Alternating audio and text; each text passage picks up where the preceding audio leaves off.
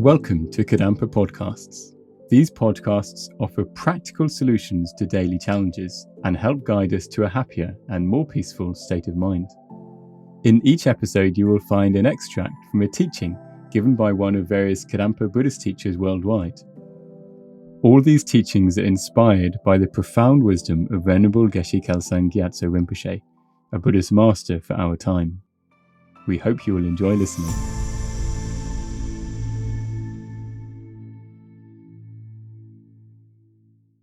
We need authentic methods to deal with these very real problems that we're suffering from in our own life, that we understand everyone around us, in our family, at work, in society, in the world.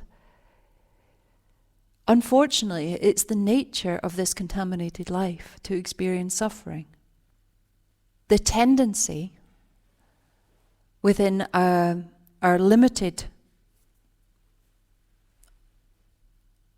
state of mind at the moment is to be self-absorbed and focus only on the pain and problems we're experiencing, and maybe to think about a little bit of the pain and problems that those closest to us or immediately we're understanding are suffering. And that's great if we can begin to be acknowledging the compassion that we have in our hearts for those around us in our life that are suffering.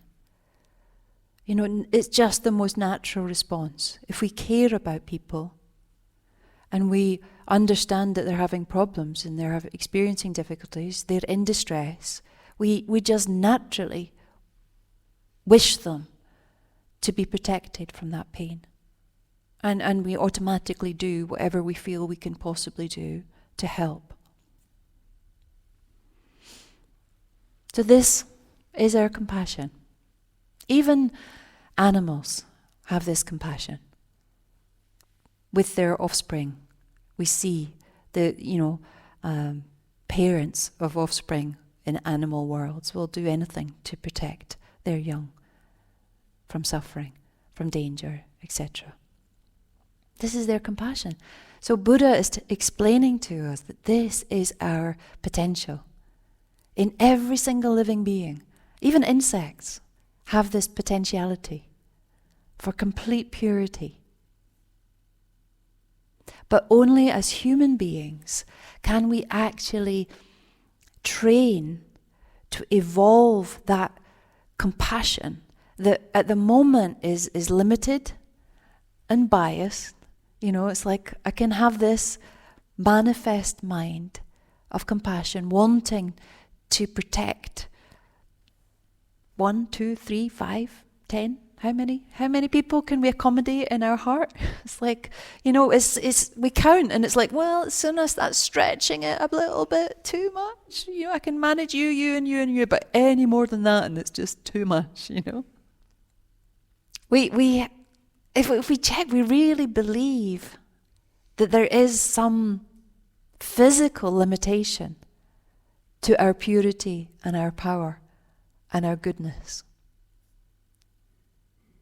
And thankfully, Buddha has appeared in our world to shake our misbeliefs, to actually wake us up and say, no, why are you relating to your limitations and your negativity?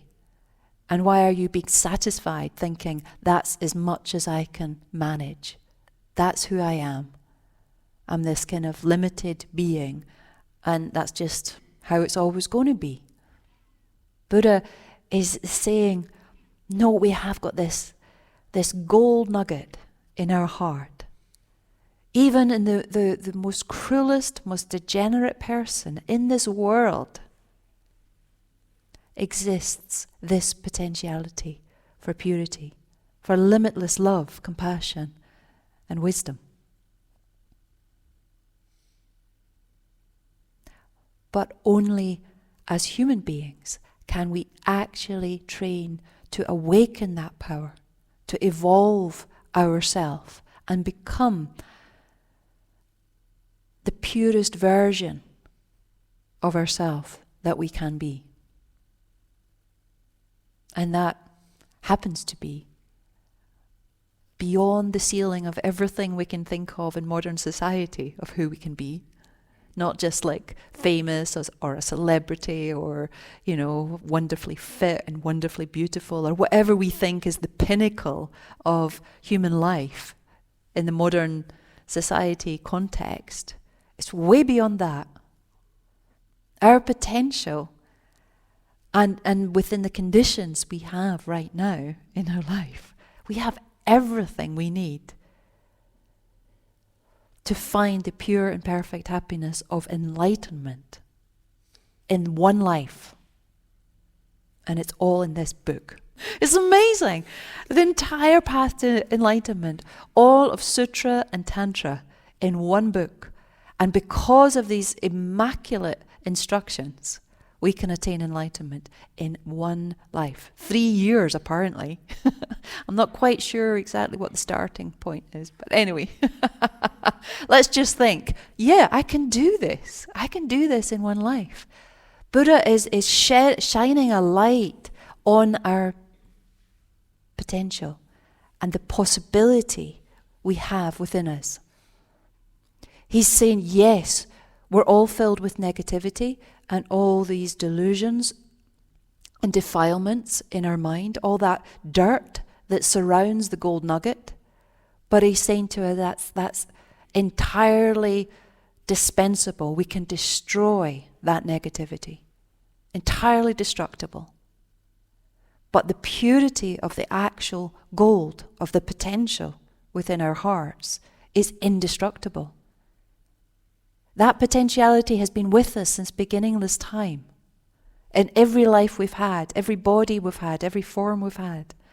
And that potentiality will continue in our next lives until eventually, at some point, we wake up and we awaken it and become realized and liberated and enlightened. So what are we going to procrastinate and think, I'll get around to that in future lives? This life is really important. I just want to get fit and healthy. I just want this, and this, and this, in a very kind of average human existence. Average from the perspective of Buddha. Maybe it seems exceptional to have, a really wonderful, wealthy life where we're fit and we have wonderful people around us, but none of that is guaranteed.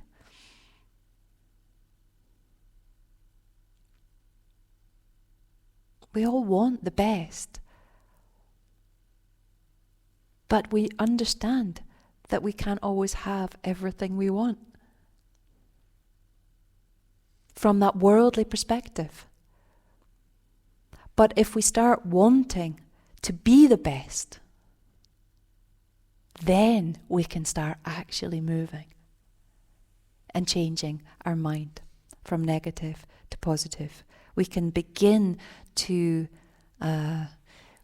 ripen and liberate. Ripening and liberating is what Buddha is trying to help us do. Freeing ourselves from the negativity in our mind and awakening the good qualities, our purity, our positive qualities of love and compassion and wisdom.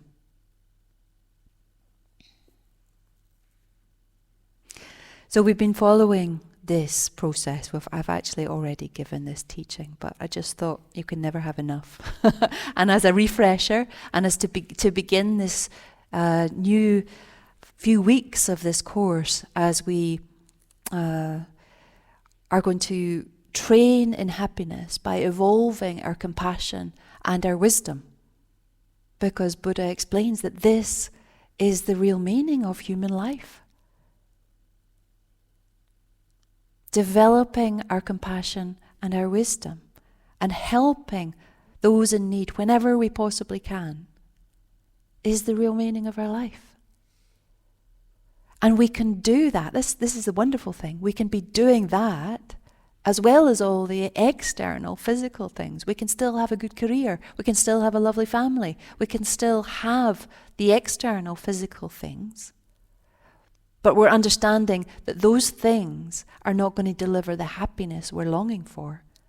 It's only if we use them to enhance our training in love and compassion and wisdom that we're going to find all the happiness we long for. We're going to fulfill our deepest wishes. And by solving our own problems, we're going to be able to help other people solve theirs. We're going to be of real benefit in our world, in our family, in our communities, at work. We're going to be the person that's resilient, that's strong, that doesn't break down at the smallest difficulty. We can get strong in our heart, in our core, if you like, in our heart of hearts. But that takes training. It takes training to want to cultivate that mind.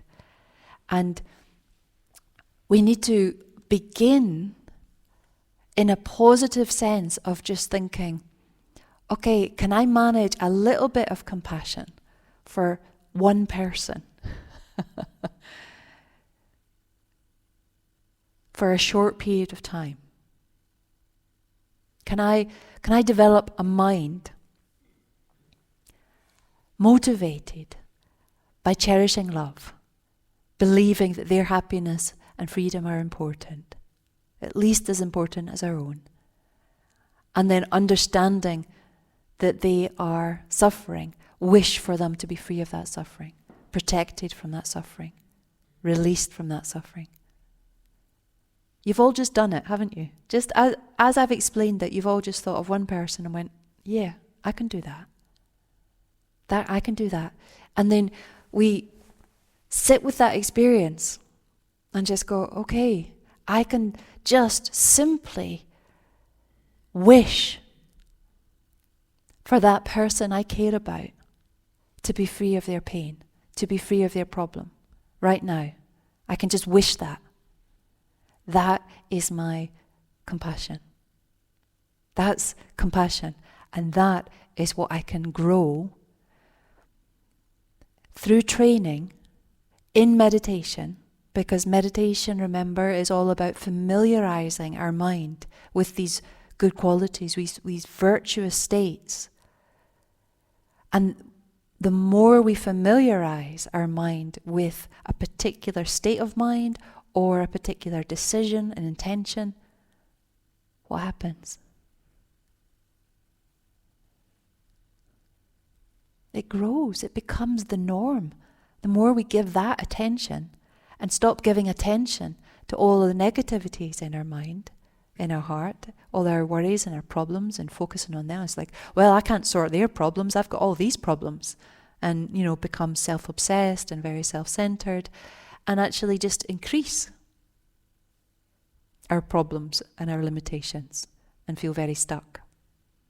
We have to find ways into this experience of compassion and connect with our own heart in a daily way, on a daily basis.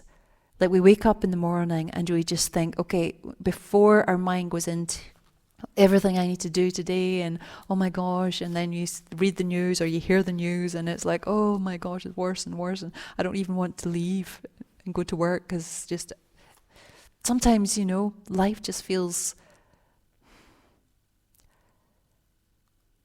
almost like catastrophic. Everything's happening all at once and it's all difficult, and we just don't feel strong enough to cope with it, to face it.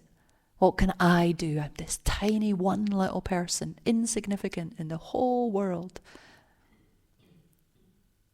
What can I do about it? But we can just sit and just let all that go, breathe away all the chaos in our mind, and just sit and think. I can just simply have a wish for everybody I meet and think about today to be freed from their suffering.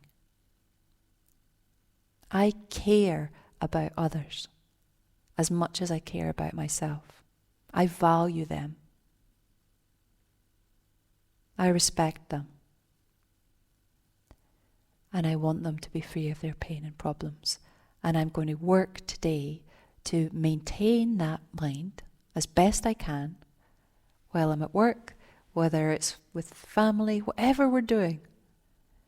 Whether we're traveling, we're driving, we're on the trains, we're around people now a lot more, right? Kind of easy when we were sitting in isolation with screens and going, yeah, I can love everybody from here. When we don't have the daily interface and interactions of people just really winding us up and doing everything the opposite of what we would like them to be doing, etc., etc. So it's a big challenge to just sit with those minds every day. But the more they're just deciding to set out and try every day, whatever the circumstances, I'm going to have a good heart towards this person. Because unless I have a good heart, I'm not going to be happy. I'm not going to fulfill the meaning of my life.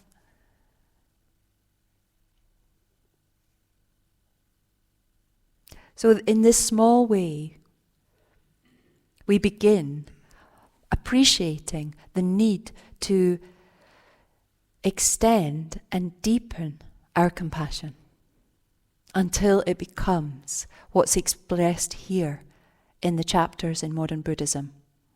Universal compassion, great compassion. We're training to stretch this momentary manifestation of compassion that happens occasionally with someone or some group of people now and again. Maybe we do read something in the news and we just like, our heart just melts and we open and we're like, oh my gosh, that's just so awful. How wonderful if they could be free of their suffering. And that manifests, that mind manifests. And you know what? I think we're afraid of that mind. We are afraid of that power. Actually, we don't think it's a power. We think it's a weakness. And maybe tears come. And maybe we get like what conventionally seems like upset. Because we're moved, we're touched. We've empathized with the pain of others because we understand their pain on some level.